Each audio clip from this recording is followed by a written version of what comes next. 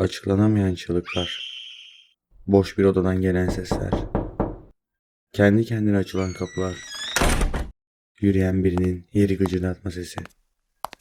Ben Berkay Atlas.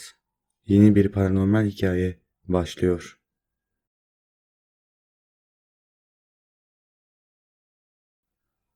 Kuzey Londra, Enfield bölgesinde normal bir apartmanda meydana gelen paranormal olaylara verilen isimdir. İngiltere'nin en sevilen ve tanınmış hayalet hikayelerinden de biridir. Birçok ülkede yapılan modern araştırmalar sonucunda kayıtlara geçmiş bedensiz varlık poltergeist olayıdır. Londra'nın kuzeyinde yer alan Enfield'da bulunan küçük bir evde yaşanmıştır. 1977'nin Ağustos ayında başlayan olaylar 1978 yılının Eylül ayına kadar devam eder. Anneleri Peggy, kızları Margaret, Janet, oğulları John, Billy Enfield'daki yarı müstakil bir evde yaşıyorlardı. Bu ev tamamen sıradan bir evdi. Genellikle hayalet hikayelerine konu olan mekanlar gibi gösterişli, oteller, kaleler veya eski binalar gibi değildi. Bu evin sıradan bir ev olmasının sebebiyle toplumda yaydığı korku daha da büyük olmuştu. Olaylar başladığında boşanmış bir anne olan Peggy Harper ve 4 çocuğundan oluşan 5 kişilik aile Enfield'daki 3 odalı bir evde yaşıyordu. Hadiseler Ağustos 1977'de çocuklardan Janet ve Pete'nin annelerine yataklarının kendi kendine hareket ettiğini söylemeleriyle başladı. Peggy çocuklarının yatak odalarını araştırdığında yatakları aynı yerde görünce çocukların hikaye uydurduğunu düşünmüştü. Ancak bir sonraki gece çocuklar tekrar annelerini çağırıp bu sefer de odalarının içerisine hışırtı duyduklarını söylemişlerdi. Bu hışırtılar çocukların tarifine göre bir sandalyenin odanın içinde boydan boya sürüklenerek hareket etmesine benzemekteydi. Peggy onları rahatlatmak için sandalyenin yerini değiştirip ışığı kapatıp odadan çıktı. Çıkmaya hazırlandığı anda aynı sesi o da işitti. Işığı tekrar açtığında ses durdu fakat kapattığında tekrar sesi duydu. Olanlar Peggy'nin gözü önünde gerçekleşerek devam etti. Peggy'nin şifonyeri tekrar yerine duvarın kenarına itmesi bir işe yaramadı. Şifonyer tekrar hareket etti. Peggy'nin ikinci kez şifonyeri yerine itmeye çalışması sonuçsuz kalır ve soğukkanlılığını bir anda kaybeden Peggy çocukların yataktan çıkmalarını söyleyerek hep beraber yardım istemek için komşularına koşar. Komşuları evi araştırdıklarında aynı vuruş seslerini onlar da duyar. Ev ile bahçe araştırmaları sonuçsuz kalır ve bunun üzerine polise başvururlar. Polis geldiğinde aynı sesleri duyar, hatta polis memurlarından biri sandalyenin kendi kendine hareket ettiğine şahit olur. Fenomeniye aile dışında birçok kişi de şahit olur. Yerel din adamı, polis, yerel medyum ve Daily Mirror gazetesinden gelen muhabirler de bu şahitler arasındadır. Sonunda Psikik Araştırma Derneği üyelerinden Maurice Gross'la olayı araştırması için bağlantı kurulur. Gross, Harper'ın ailesinde evinde kaldığı ilk günler için herhangi bir olay yaşamaz.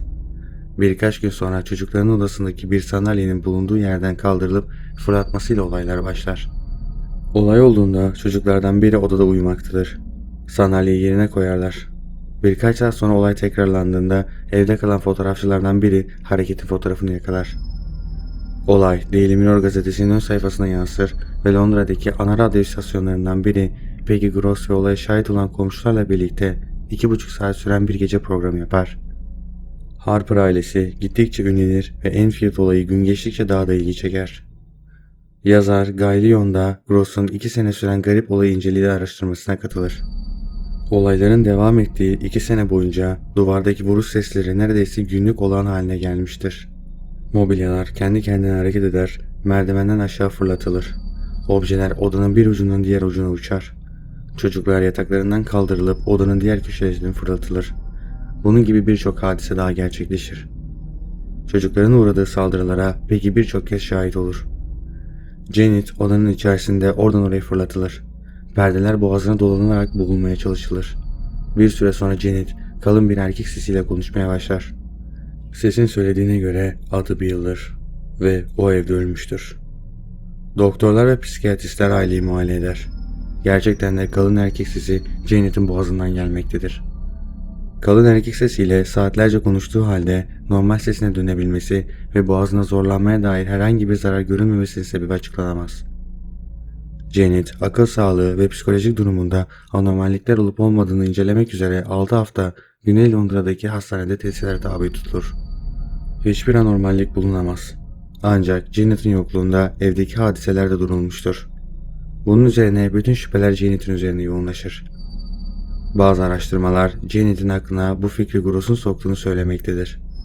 Janet ise gazetecilere Gross'un kendisini bu sesle Bill ile konuşmak için gerekli olduğunu söylediğini belirtmiştir. Tüm bunlara rağmen Bill hakkında açıklanamayan bir nokta var. Janet kendi yatağında uykuya dalmasına rağmen neredeyse her gece alt katta bulunan oturma odasında bir koltukta uyanıyordu. Hawks'un ailesi bu evi eşyalı olarak tutmuşlardı, yani evdeki eşyalar bir önceki sahibine aitti.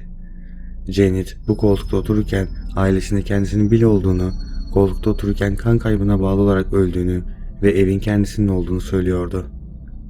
Ailenin eve taşınmadan bu olayla ilgili hiçbir bilgisi yoktu. Janet söylediklerinin Bill'in oğlu tarafından doğrulandı. Bill gerçekten de o koltukta kan kaybına bağlı ölmüştü. Bill'in hikayesi Enfield Poltergeist olayını asıl kuşku hissine veren hikayedir.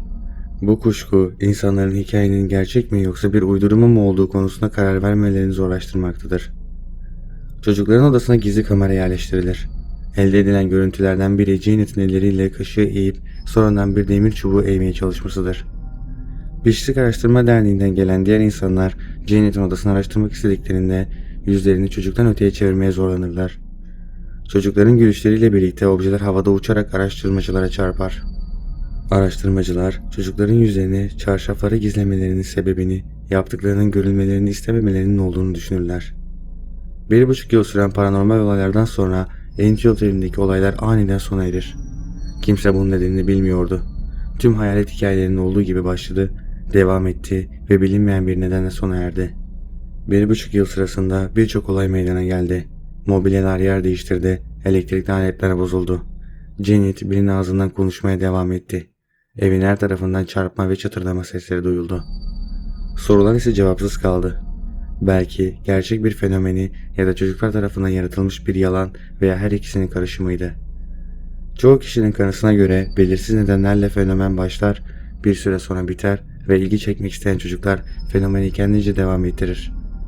Yine de fenomeninin 2 sene sonra aniden sona erip ailenin normal yaşama dönmelerine izin vermesi akıl karıştırıcıdır. Araştırmacılardan biri olan Anita Gregory, çocukların amcalarının olaylara Janet'in sebebiyet verdiğine inandığını iddia eder. Amcaya göre Janet küçüklüğünden beri ilgi çekmeyi ve insanları korkutmayı sevmektedir. Ona göre fenomenin sebebi Janet'tir. Fakat Bill olayını nasıl bilmiştir? Ben Berkay Atlas. Videoyu beğendiyseniz kanala abone olmayı ve bildirim çanını açmayı unutmayın.